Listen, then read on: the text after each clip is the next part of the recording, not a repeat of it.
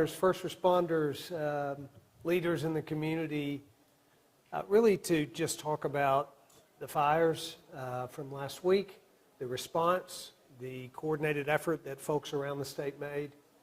Very encouraging to hear the way that agencies from across Tennessee came together to respond to this very dangerous situation. There was a tremendous amount of loss of property. Fortunately, no loss of life, but great to be here and to talk on the ground with the folks that are most connected to what happened last week. So happy to take your questions. You mentioned a tremendous loss of property. Do you have any idea what the estimates look like now? Are you talking millions of dollars? Yeah, tens of millions of dollars. There were over 200 structures lost. Some, certainly some vacation homes, some permanent residences for people. Tens of millions of dollars of loss. There's assessments being made now to try to determine just the extent of that, but there was quite a bit of property damage. And do you expect to have enough to ask the president for a disaster declaration here? Yeah, it's hard to say. There are thresholds that if we meet those thresholds, then we can make that request, and until the assessments are done, really too soon to say. What's up with the financial aid can homeowners expect? I think it depends on the federal response. FEMA will partner with locals to begin that process once they determine the extent of the damage. Sir, you got a chance to see some of that damage today. Describe what you saw. So we flew over, and there were a couple things we saw. We saw homes that were burned, completely gone, and that's heartbreaking to see. We saw vast areas of the forest that were burned, particularly the undergrowth in those forested areas. But the thing that was encouraging to me and that was remarkable about what we saw is there were tremendous areas of developed property that had clear fire lines that had been established by the firefighting agencies to keep the fire from crossing over those lines into those developed areas. I think what happened here in 2016 obviously was a tremendous disaster, but we learned from challenges, and there was much learned from the 16 fire that was used in fighting this fire.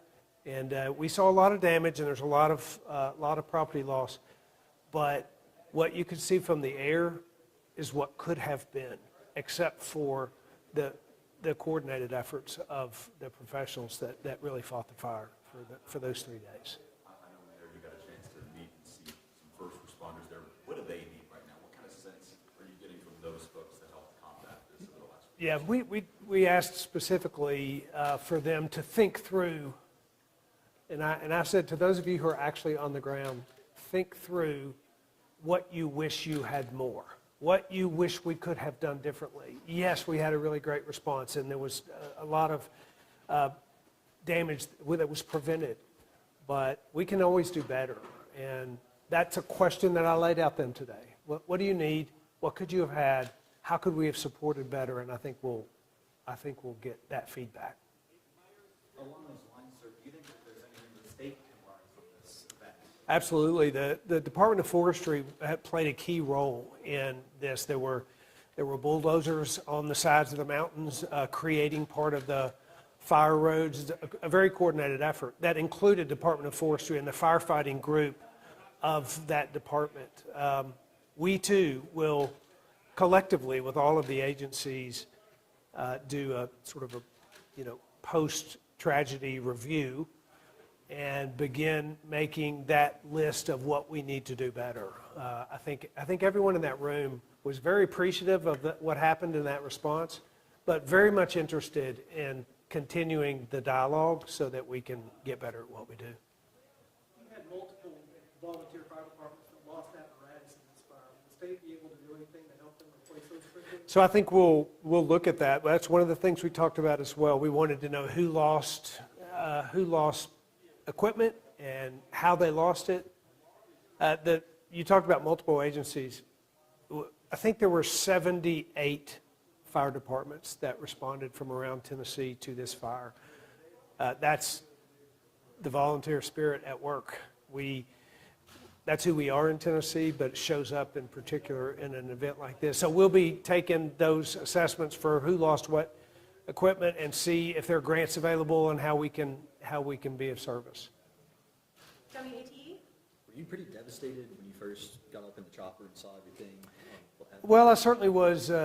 Like with any tragedy, you look at burned home after burned home after burned home, and you know that there's a lot of heartache with that. There's a lot of financial loss with that. I mean, when you think about losing everything in your home, it's heartbreaking to see. That was hard, and knowing the struggle, but seeing what didn't burn because of the efforts of the first responders was it was kind of a mixed blessing there. Seeing what happened, which was tragic, but what could have happened but didn't because of the efforts was very encouraging. I think we have time for one more question. WAT? Anybody got one? With some big fires here in the past couple of years in this area, should the state dedicate more resources to fire prevention? I think that we already are, and the local community in particular is raising awareness for those who live in this community to be fire aware. We talked a little bit about wildfire awareness. I think there's a particular day on the 7th of May in this community that is dedicated to wildfire awareness. The way you clear the undergrowth around your home, the type of roof that you have, the way you prepare your property for potential fires is really important. We saw structures that were entirely burned to the ground, and right next to them structures that did not burn in the fire, in part because of the preparation potentially that this homeowner made for their property. I think that's what the state will work together with the locals to do, is how do we elevate awareness? And let me say one other thing about what happened here. There was a real significant change in the way we communicate locally with regard to evacuations. And in fact, there was law changed after 16 that allowed for a simpler process to call for evacuations. The evacuation process here went very rapidly. It was very effective.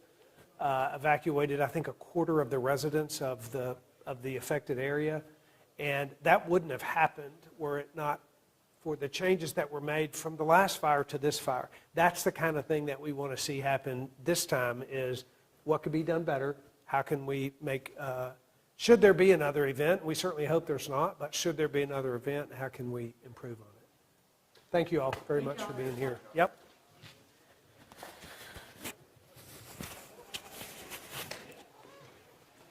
I may let you work that out. There you go. The cause is still undetermined. That's right. That's right. There's investigations. Yeah, there's investigations being done by both Department of Forestry and FBI, or TDI, and so there's no particular